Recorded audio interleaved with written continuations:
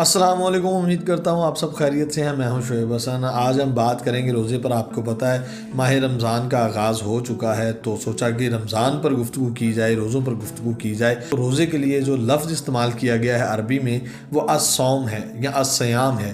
صوم کا جو لغوی معنی ہے اس کا مطلب ہے رک جانا، لیکن شریعت میں اگر ہم الصوم کو دیکھیں تو اس کا مطلب ہے صبح صادق سے لے کر غروب آفتاب تک کھانے پینے سے، اپنی نفسی خواہشات کو روک لینا۔ جن جن چیزوں سے پروردگار نے منع فرمایا ہے ان سے رک جانے کا نام روزہ ہے۔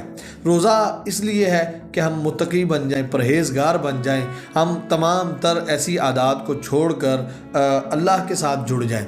روزے کا ذکر جو ہے وہ جناب آدم علیہ السلام سے ملتا ہے۔ آدم علیہ السلام سے آگے تک کے جتنے پیغمبر تھے وہ ایام 20 کے روزے رکھتے تھے، 13، 14، 15، یعنی جو مہینے کا درمیانہ حصہ ہوتا تھا اس میں یہ 3 روزے رکھے جاتے تھے، لیکن اس سے پہلے یہ فرض نہیں تھے۔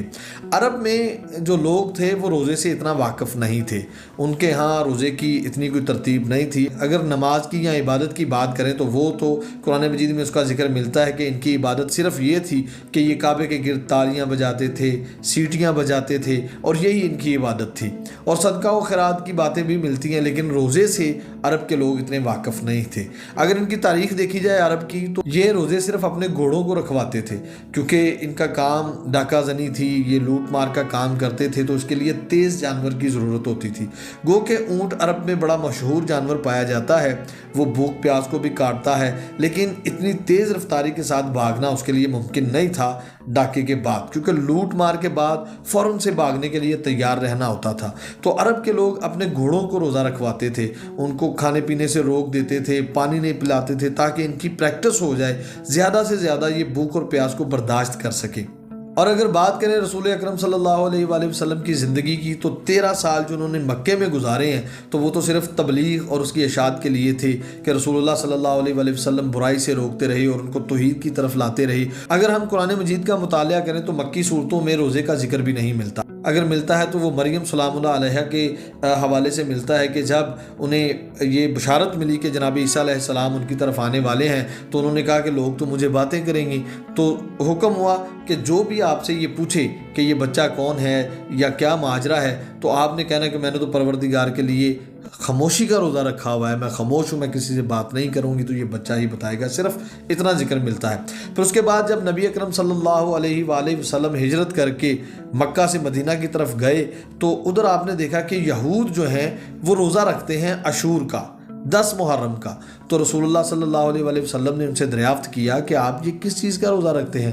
تو انہوں نے کہا کہ آج کے دن ہمیں حضرت موسیٰ علیہ السلام کے توسل سے فرعون سے نجات ملی تھی، ہم نے دریا عبور کیا تھا اور ہم شکرانے کا یہ روزہ رکھتے ہیں۔ تو رسول اللہ نے فرمایا کہ موسیٰ تو آپ سے زیادہ ہمیں عزیز ہے۔ نبی اکرم صلی اللہ علیہ وسلم ہجرت کر کے مدینہ گئے تو 10 شعبان 2 ہجری کو پہلی مرتبہ روزے جو ہیں وہ فرض ہوئے۔ اللہ تعالیٰ قرآن مجید میں فرماتا ہے، جس کا مفہوم ہے کہ اے ایمان والو تم پر روزے فرض کر دیے گئے ہیں جیسے تم سے پہلی امتوں پر فرض کیے گئے تھے، تاکہ تم متقی اور پرہیزگار بن جاؤ۔ تو اس دن سے آج تک روزے جو ہیں وہ فرضی عبادت ہیں، اور تمام تر دنیا میں جہاں جہاں مسلمان پائے جاتے ہیں وہ روزوں کا اہتمام کرتے ہیں۔ حضرت رسول خدا صلی اللہ علیہ وآلہ وسلم نے فرمایا کہ خدا کے نزدیک یہ بہترین مہینہ ہے، اس کے دن بہترین دن ہے، اس کی راتیں بہترین راتیں ہیں، اور اس کی ساعتیں بہترین ساعتیں ہیں۔ پھر جناب سیدہ فاطمہ الزہرا سلام اللہ علیہ فرماتی ہیں، خداوند متعال نے روزے کو اس وجہ سے واجب کیا ہے تاکہ لوگوں کے اخلاص کو محکم کر سکے۔ جناب امیر المومنین امام المتقین علی ابن ابی طالب علیہ السلام فرماتے ہیں، عبادت میں 2 چیزیں بہت پسند ہیں، سرد موسم میں فجر کی نماز اور گرمیوں کے روزے۔ اب بات کرتے ہیں روزہ کن چیزوں سے باطل ہو جاتا ہے۔ ایک تو ڈائریکٹ کھانے پینے سے روزہ باطل ہو جاتا ہے، کہہ کرنے سے روزہ باطل ہو جاتا ہے، گرد و غبار کا جو ایک تھک چیز ہے اس کو اپنے گلے تک لے جانا، اس سے روزہ باطل ہو جاتا ہے۔ اور نبی اکرم صلی اللہ علیہ وآلہ وسلم کی حدیث مبارکہ یا ائمہ اکرام کے فرمان کی طرف کوئی جھوٹی نسبت منسوب کر دینا، مطلب اکثر باتیں کرتے ہیں، ہم کہہ جاتے ہیں کہ رسول اللہ نے فرمایا یا قرآن میں یہ چیز ہے یا دین میں ایسی چیز ہے، کسی جھوٹی چیز کو دین کی طرف نسبت دے دینے سے بھی روزہ جو ہے وہ باطل ہو جاتا ہے۔